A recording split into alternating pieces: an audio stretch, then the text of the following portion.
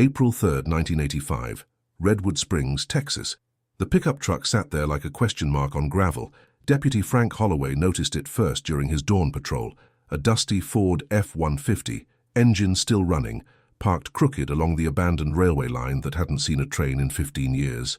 The headlights were still on, dimmed now in the pale morning light. A torn work glove lay on the hood, fingers spread open as if reaching for something. Inside the cab, a half-drunk thermos of coffee sat in the cup holder, still lukewarm to the touch. The owner was Clifford Maynard, a 32-year-old mechanic who ran a small garage on the edge of town.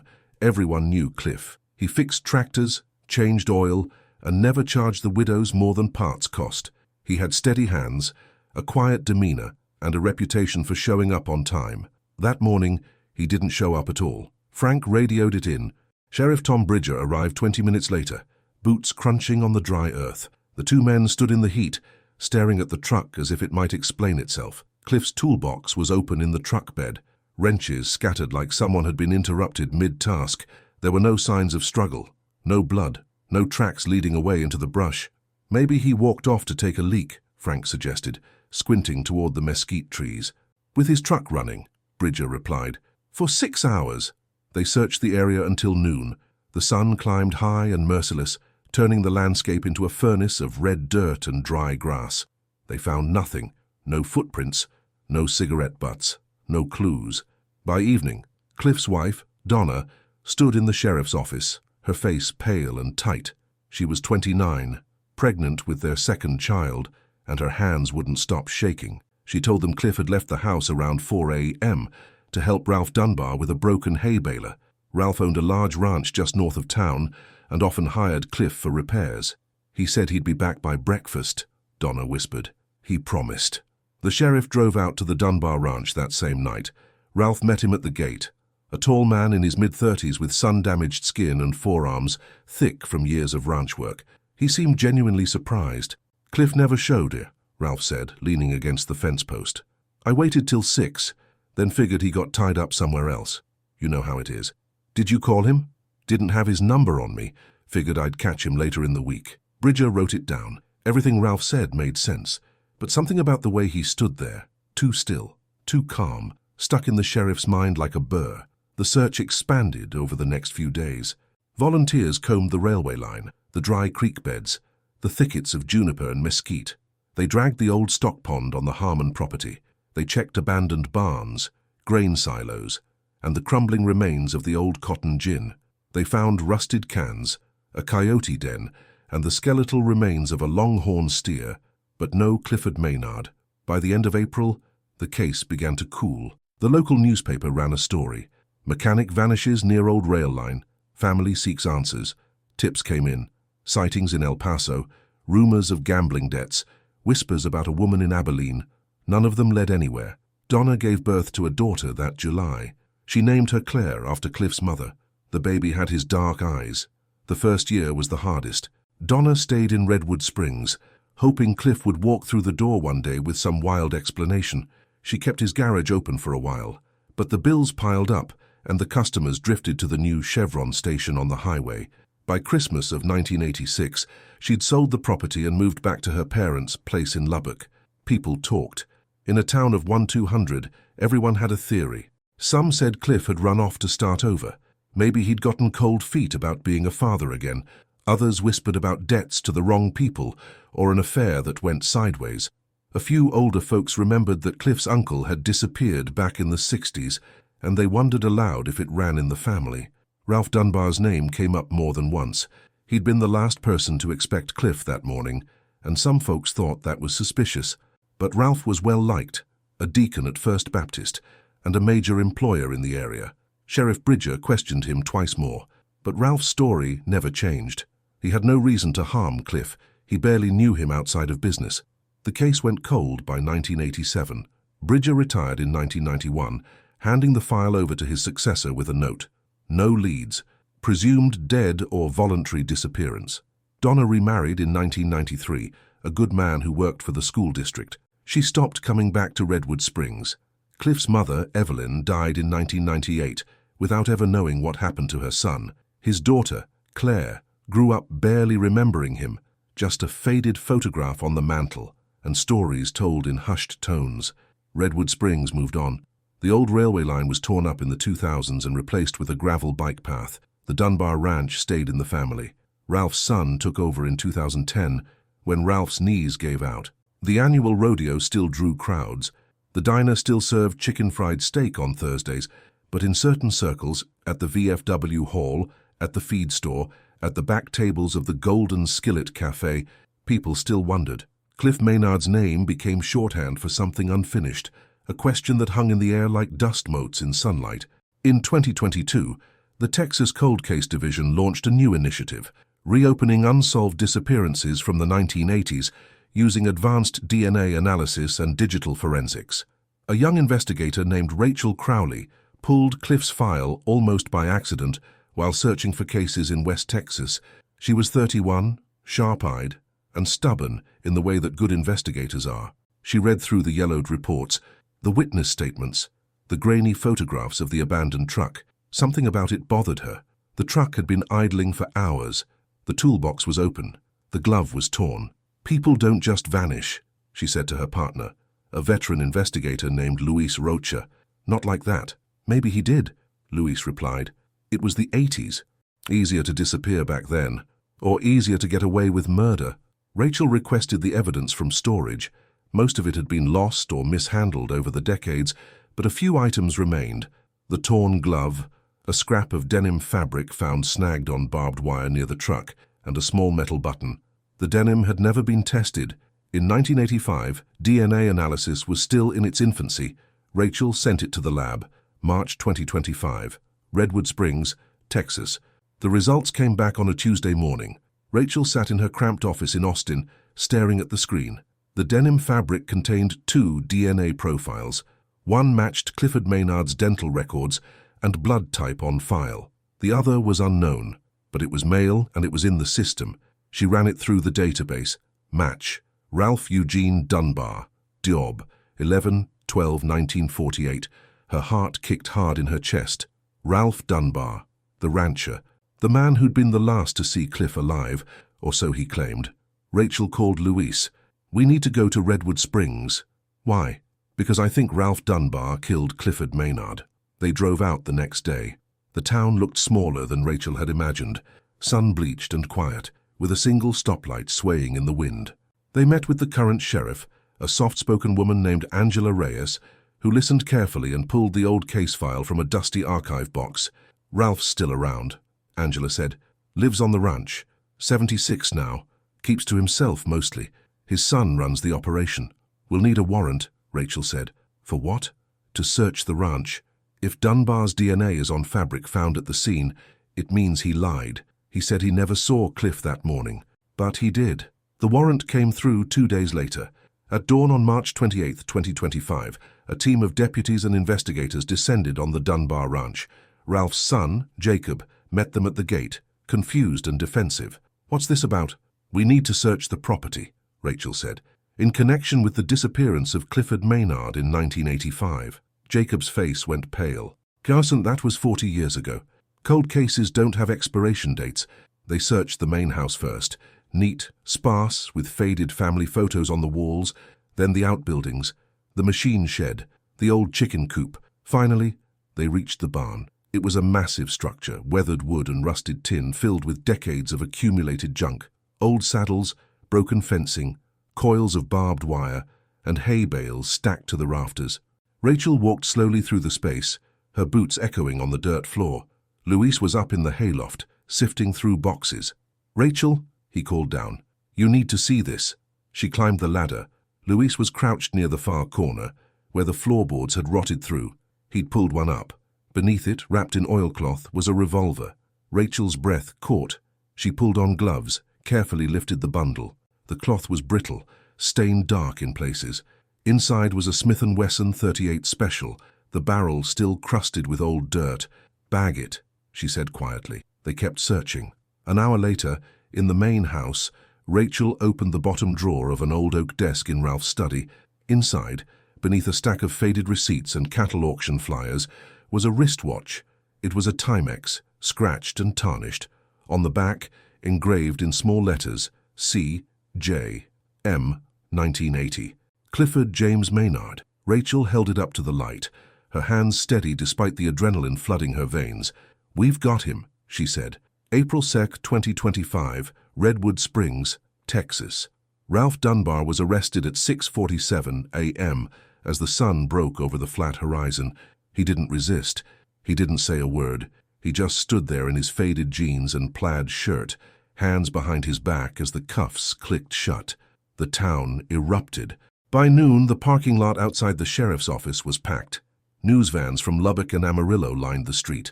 The Golden Skillet Cafe filled with locals debating over coffee and pie. Some couldn't believe it. Ralph Dunbar, the man who sponsored Little League teams and donated to the church.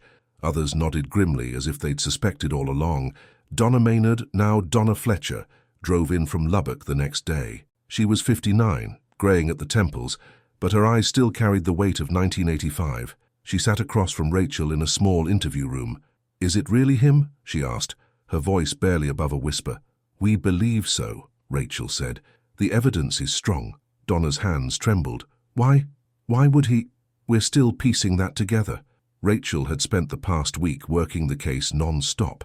The revolver had been sent to ballistics. There was no bullet to match it to. Cliff's body had never been found, but the serial number traced back to a gun reported stolen from a ranch supply store in 1982.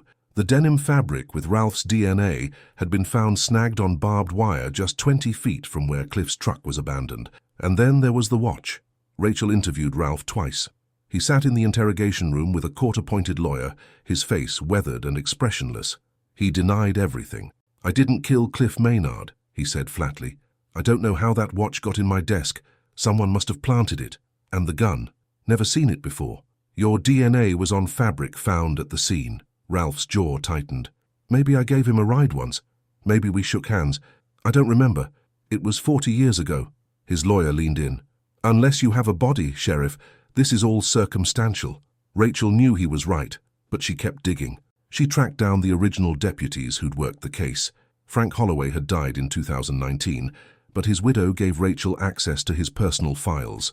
In a box in her garage, Rachel found Frank's handwritten notes from April 1985, notes that had never made it into the official report. One entry stood out. "Talked to Jimmy Cortez at the feedlot. Says he saw 2 trucks near the rail line around 5 a.m. One was Cliff's Ford, the other looked like Ralph Dunbar's Chevy. Didn't think much of it at the time." Rachel found Jimmy Cortez living in a trailer park outside of town. He was 72 now, his memory fading, but when she showed him the old photos, his eyes sharpened. "Yeah," he said slowly. "I remember that morning. I was hauling hay. I saw Cliff's truck by the tracks, and Ralph's was there too, parked just off the road." "Did you tell anyone?" "I told Frank, but nobody ever followed up." Rachel pressed further. "Did you see anything else?" Jimmy hesitated. "I heard something, a loud crack like a backfire or maybe a gunshot, but it was just the one. I figured it was someone hunting coyotes." "What time?" "Maybe 5:30, right before the sun came up." Rachel thanked him and drove back to the sheriff's office. She pulled the original case file and flipped to the witness statements. Jimmy Cortez's name wasn't there. She called the district attorney. "We need to charge him." "With what? We don't have a body." "We have DNA, we have the gun. We have a witness who puts Ralph at the scene, and we have motive." "What motive?" Rachel had found it buried in old property records. In 1984, Clifford Maynard had filed a lien against Ralph Dunbar for unpaid work. $3,200 in repairs Ralph had refused to pay. The lien was still active in April 1985. "Cliff was going to take him to court," Rachel said. "Ralph couldn't afford to lose that case. He had debts. The ranch was struggling, and Cliff wouldn't back down."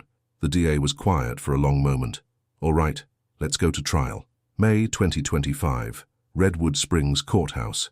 The trial lasted 3 weeks. The prosecution presented the DNA evidence, the watch, the gun, and Jimmy Cortez's testimony. The defense argued contamination, coincidence, and reasonable doubt. Ralph Dunbar never took the stand. On the final day, the jury deliberated for 11 hours.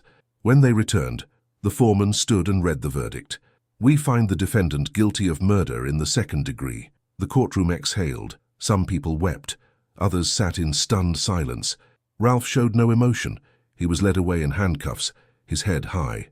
Outside, Rachel stood on the courthouse steps, the evening sun casting long shadows across the square. Donna Fletcher approached her, tears streaming down her face. "Thank you," she whispered. "Thank you for not forgetting him." Rachel nodded. He deserved to be remembered. But as Rachel drove back to Austin that night, she kept thinking about the case file, about the missing page from 1985, the one listing who had first reported the truck. She'd never found it, and when she'd asked Sheriff Reyes about it, Angela had frowned. "That's strange. It should have been there." Rachel pulled over at a gas station and opened her laptop. She cross-referenced the dispatch logs from April 3, 1985.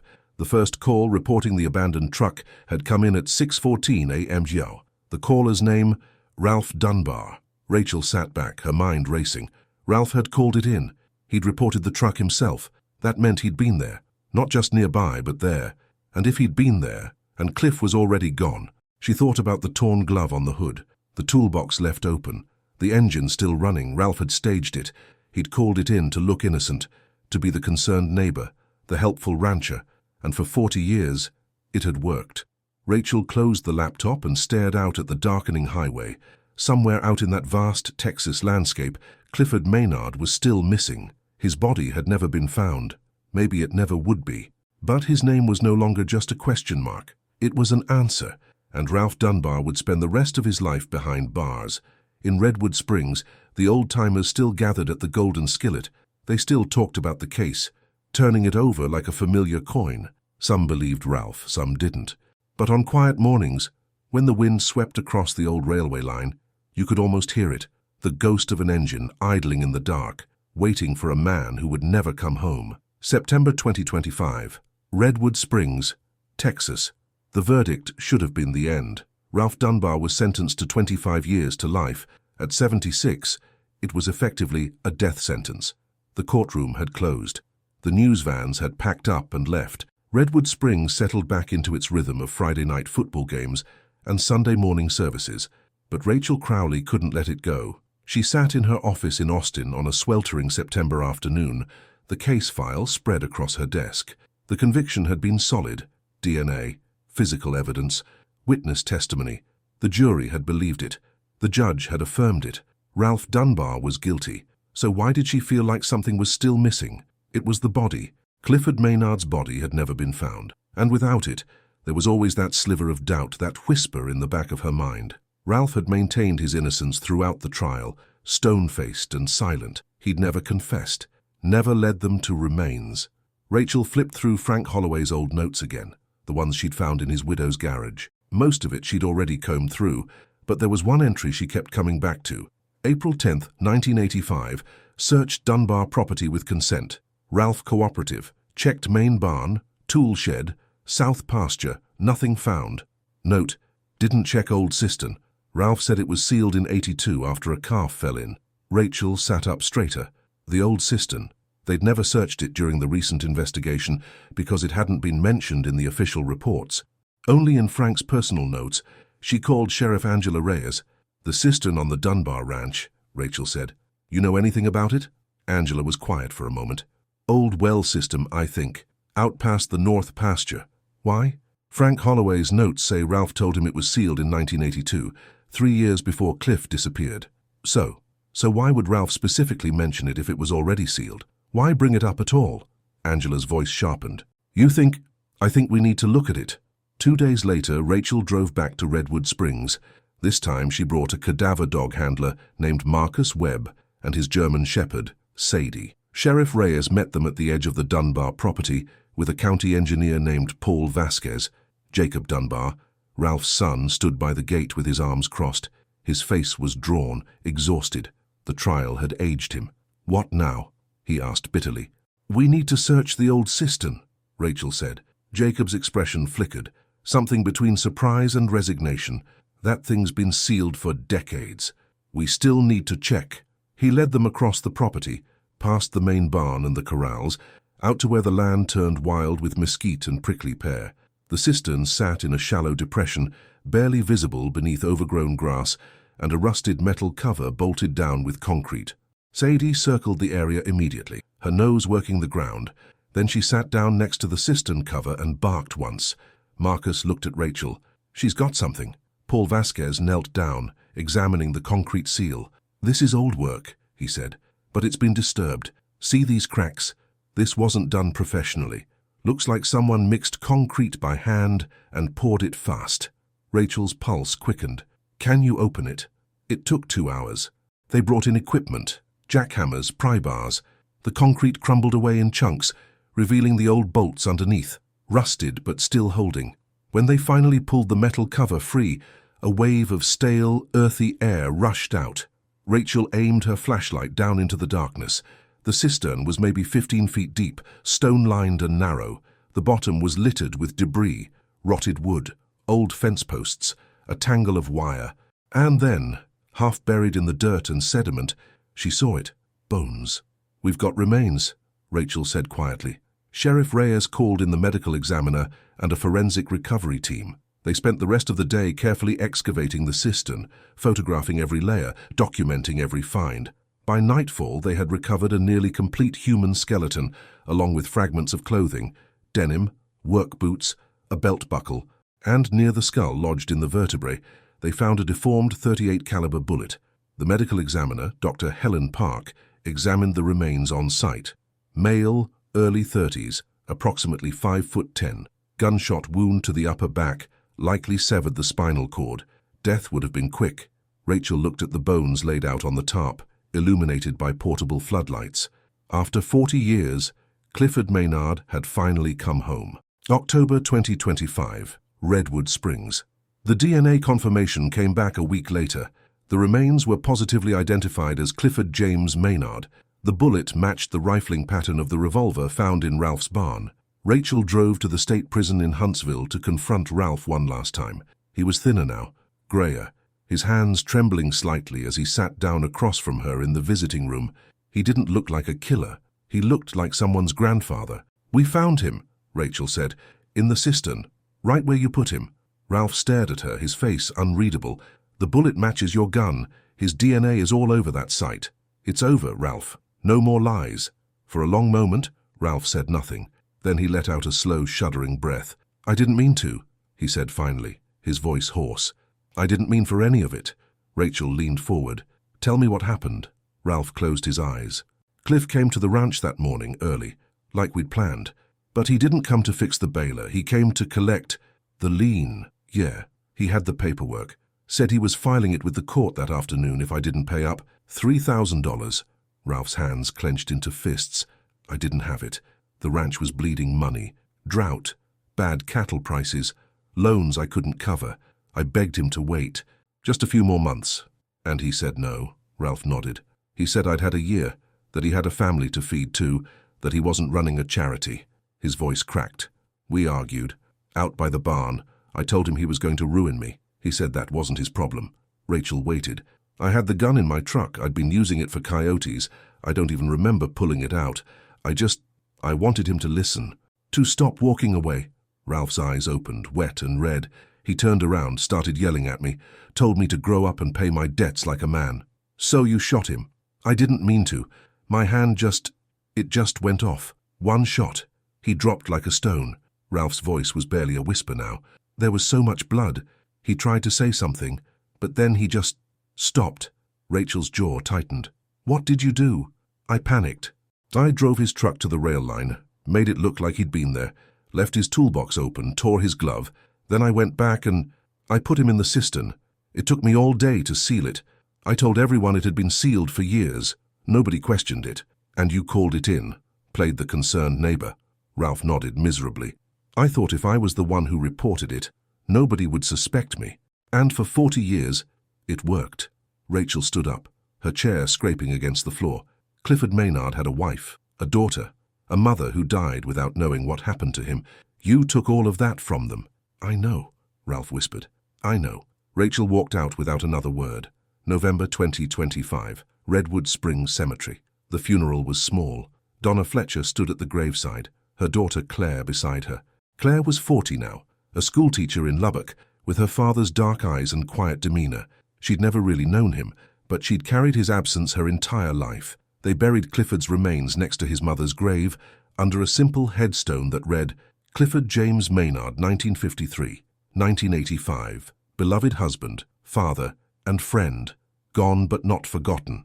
Rachel attended the service, standing at the back with Sheriff Reyes. The sky was overcast, the November wind sharp and cold. When the service ended, Donna approached them. "Thank you," she said, her voice steady now, "for bringing him home." "I'm sorry it took so long," Rachel replied. Donna shook her head. "You gave us something we never thought we'd have. Closure. Peace." She looked back at the grave. "Now we can finally say goodbye." Claire stepped forward, holding a small wooden box. "These were my dad's tools," she said. "Sang from his garage. I've kept them all these years." She knelt down and placed the box at the base of the headstone. "I thought he should have them back." Rachel felt something tighten in her chest. She nodded, not trusting herself to speak. As the mourners dispersed, Rachel walked back to her car. The case was closed now, truly closed. Ralph Dunbar's appeal had been denied. He would die in prison. Clifford Maynard's body had been found, identified, and laid to rest with dignity. Justice, as imperfect as it was, had been served. But as Rachel drove out of Redwood Springs for the last time, she thought about all the years that had been stolen, the birthdays Cliff had missed, the grandchildren he'd never meet, the life that had been cut short over $3,000, and a man's wounded pride. She thought about the cistern, sealed and forgotten for 40 years, about the silence that had covered this town like dust. And she thought about all the other cases, still waiting in boxes and filing cabinets across Texas, the other families still searching, the other stories still buried. She pulled out her phone and called Luis. "I need you to pull the files on unsolved disappearances from 1980 to 1990, she said. "West Texas region. Let's see what else we can dig up." Luis chuckled. "Says you ever take a break?" "Not when there's work to do." Rachel hung up and kept driving, the flat Texas landscape stretching endlessly before her. Somewhere out there, in the small towns and forgotten corners, there were more secrets waiting to surface, more voices waiting to be heard, and she would find them one case at a time.